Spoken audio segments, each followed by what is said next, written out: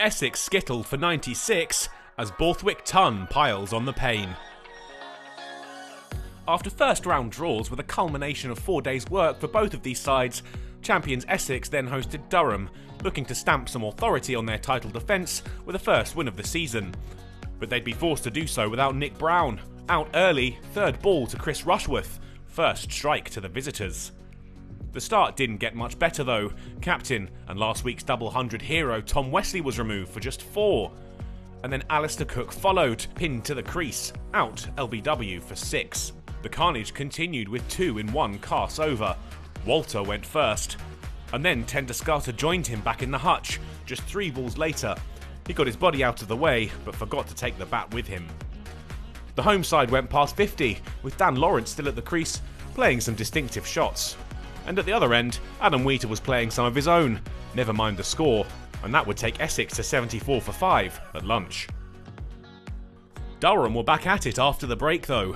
Wheater's eye-catching innings was ended in its infancy.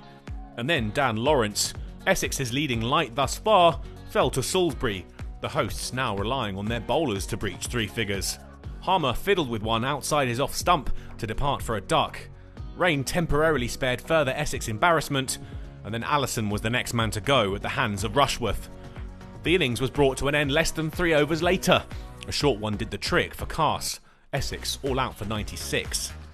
Dan Lawrence had top scored for the hosts. His return of 32 was almost double the highest other total mustered in an ignominious innings. The wickets were shared between all the bowlers, but Rushworth's 3 for 13 from 11 overs contained a remarkable 8 maidens. Durham didn't continue to have things their own way after the restart. There was just 11 runs on the board when Lees fell for 5 in the 4th over. Scott Borthwick and Will Young steadied the ship for the visitors and took them to tea with the score 42 for 1. Durham went past 50 after the resumption thanks to another clip from Borthwick, and then Young brought up the 50 partnership as the pair started to step on the gas.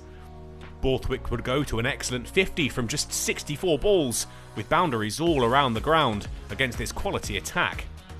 He'd lose his partner Young to Harmer, courtesy of a Dan Lawrence special, in close with the score on 98. But Borthwick would take the score past 100 with another boundary from the bowling of Sam Cook. David Beddingham's stay would last just 9 balls before Harmer struck to condemn him to a duck. Jack Burnham got a good one from Cook, bowled through the gate by one that came back at him. Borthwick remained though, getting after Harmer here as he moved into the 80s. Another sweep took him into the 90s, and then 2 strokes full of class moved him to his century. Durham now leading their hosts by almost 50. He'd have to go on without Eckersley. Harmer now had 3 wickets to his name.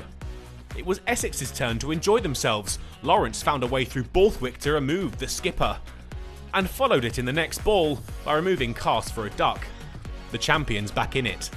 They'd have Durham 8 down shortly before the end of the day. Rain was the man to go for Harmer's 4th. That left the visitors 148 for 8 at the close of play, leading by just 52.